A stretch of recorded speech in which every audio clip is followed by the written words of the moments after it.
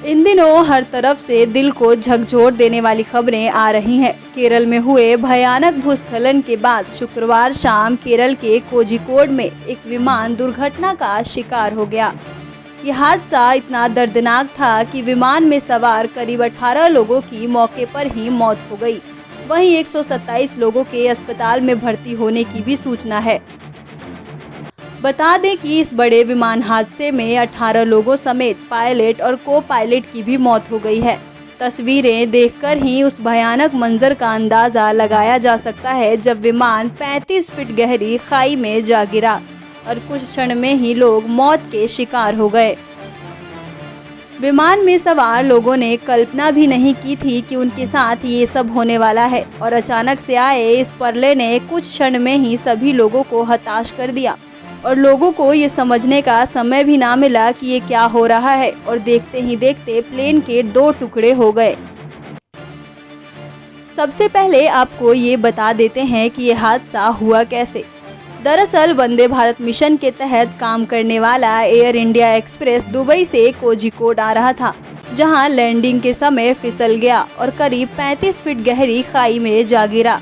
जैसे ही विमान खाई में गिरा उसके 2 टुकड़े हो गए और विमान के पुर्जे पुर्जे टूट गए। हादसे की तस्वीरें ही इतनी भयावह है कि इसे देखकर ऐसा लगता है कि इस दुर्घटना के शिकार लोगों को बचाना काफी मुश्किल हो सकता है।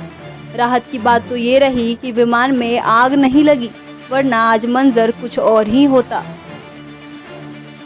बताते चलें कि इस हादसे को लेकर डीजीसीए के डीजी का कहना है कि फिलहाल 170 लोगों को सुरक्षित निकाला गया है, लेकिन जिस खबर को सुनकर रोंगटे खड़े हो रहे हैं वो ये है कि इस विमान में करीब 10 नवजात बच्चे भी सवार थे, जिन्हें सीट के नीचे से निकाला गया है। एयर इंडिया का ये विमान शुक्रवार शाम करीब 7:41 पर हादसे का शिकार हुआ है।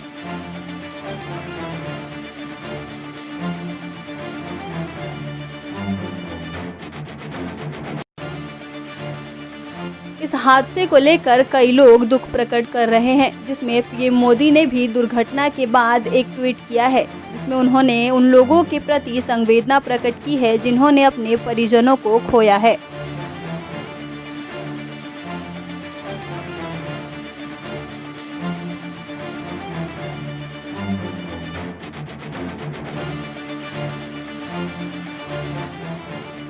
आगे के अपडेट्स और अधिक जानकारी के लिए जुड़े रहें द टॉस न्यूज़ के साथ।